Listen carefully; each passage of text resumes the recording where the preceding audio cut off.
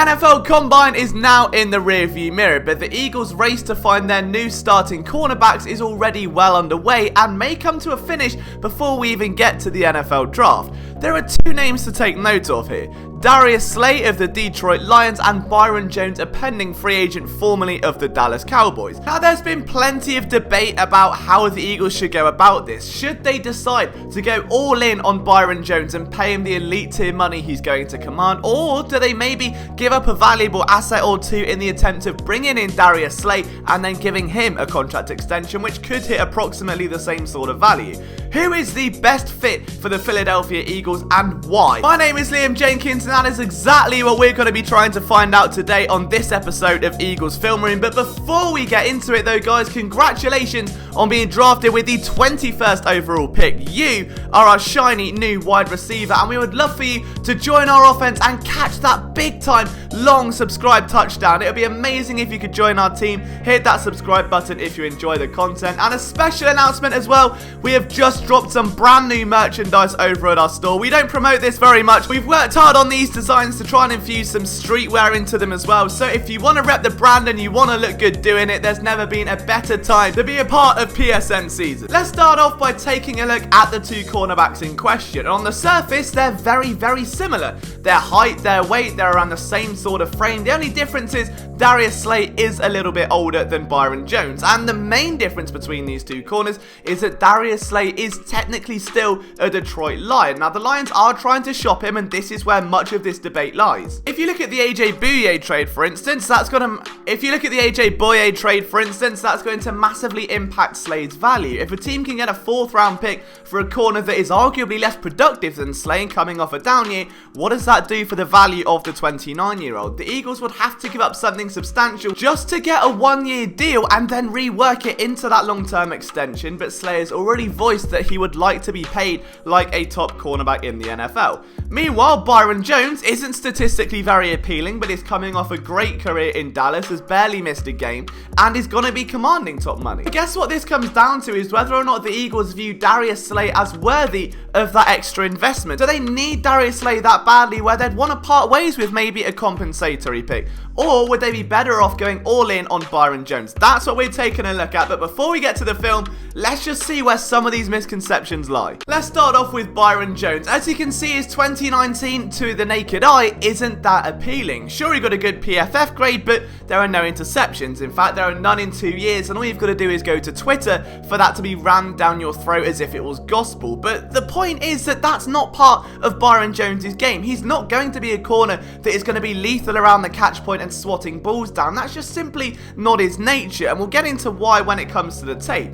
Meanwhile, if we look at Darius his season was statistically much better. 13 passes defensed and 2 interceptions, but that PFF grade is a lot lower. Now, why would that be if the ball production was there? And the truth is that ball production doesn't always translate to great defense or great coverage or great positioning or any of the elite traits needed to be a top cornerback. Now, I want to make this clear that whoever the Eagles land out of any, if any, would be great. There is no way that I'm looking at either of these corners and downplaying their achievements or their play in 2019. Both are absolutely exceptional cornerbacks, but this is like choosing between tea and coffee, and the right decision is going to be what fits the Eagles scheme best. And that, of course, leads us very neatly onto what exactly are the Eagles looking for in a cornerback. And it's very easy, like I am, to be a sucker for those rangy guys, the Rasul Douglas level players with the gangly wingspans that can swat balls away, pick off passes, and be absolutely amazing around the catch point. But the truth of the matter is the Eagles don't value that in their cornerback play, and this is where the issues came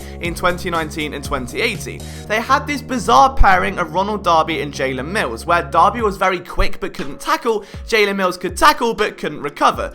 What this scheme demands is you play what's in front of you. You keep the play ahead of you, you bend but don't break, which means you play in a lot of cover 3, a lot of off the ball. Because you're taking deep thirds of the field or trying to funnel plays inside to the safety where there's help, you're also expected to come down in run support, which means that when offenses play checkdowns and scheme passes into the flat, that you'll often see a corner flying downhill Ronald Darby, trying to make a tackle. And this is where the Eagles were burnt, because the pairing they had, you could just pick your poison. If you wanted to go over the top, you pick Jalen Mills. If you want to go underneath and go for the yards after the catch, you go against Ronald Darby. It's not rocket science. The role of the secondary in this defense is essentially to buy the pass rush time to get home. If they can take away a primary read, then what that allows is the pass rush to feast, get pressure on the quarterback, force a bad throw, and that's where your turnovers are going to come from. They're not relying on a poor pass rush, letting big time routes develop, and then relying on those corners at the catch point to make the big play. So in an ideal world, you want a cornerback that is comfortable handling zone responsibilities, that has a secure tackling fundamental, has some speed about him so he can get deep and recover if he is having to play a deep third of the field, and more importantly, play recognition. Now we know what we're looking for, let's turn on the tape and see which of these corners fits that mold the best. Let's start with Byron Jones in a play that's got to look very familiar to a lot of Eagles fans. The Redskins here, a play action look where they want Terry McLaurin over the middle against a single safety, something which terrorized the Eagles defense this year. Now Byron Jones is just going to open his hips and run with Terry McLaurin and dare him to keep running. It's a poorly thrown ball, it should be picked off, but he's got the speed to keep up. He doesn't need an aggressive jam, he doesn't need to get physical and grabby, he can just turn and run because Byron Jones is a freak athlete. If you don't believe me, here's another example from that same game. He gets turned around at the line of scrimmage and somehow still runs inside the hip pocket of the wide receiver, forces him down the tightrope, the ball is overthrown and it's incomplete. But if you watch this in slow motion, how many cornerbacks realistically can get flipped around after being sold an inside move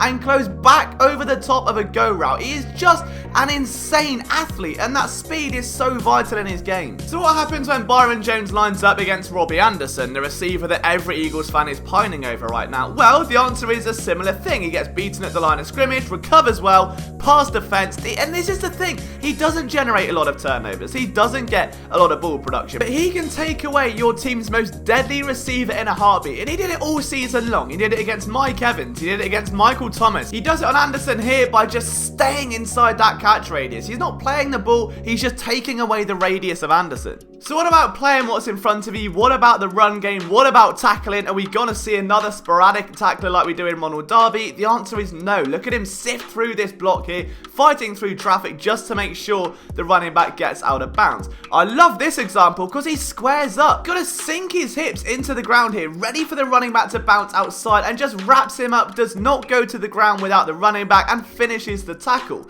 You've got a nice example here where the Bills are just going to run a simple spot route. Jones over the top, closes nicely, and just brings the guy down. But if there is anything that sums up the play of Byron Jones, it's this here. What we're going to see here, though, is a little bit of misdirection, and Jones flushed out of the play. He gets washed out by a receiver trying to drive upfield, which creates the check down. But look at him close over the top and still making the tackle. That's the hustle he brings every single play. It's to the whistle. And I want you to remember that. That bit is so important that it doesn't matter where he is on the field, he will end up around the ball. And I cannot emphasize that enough when we get to Darius Slay. I do think his greatest strength is his speed and his hip flexibility and just how dominant he is as an athlete. He's lining up here against a 6'2" wide receiver, opens his hips again, minimal contact, fights through. It's a pass breakup. It's as simple as that. He makes this look easy. It's really not. Jones spent his first few years in the NFL playing safety, and it shows because he's got that natural awareness, that instinct, almost that center fielder mentality. But I think that what does make him so special, though, at least in the eyes of the Eagles, is that Marinelli's 4-3 defense is very similar to what the Eagles run. The responsibilities are very similar, and again, like the Eagles, they're not going to generate a lot of turnovers,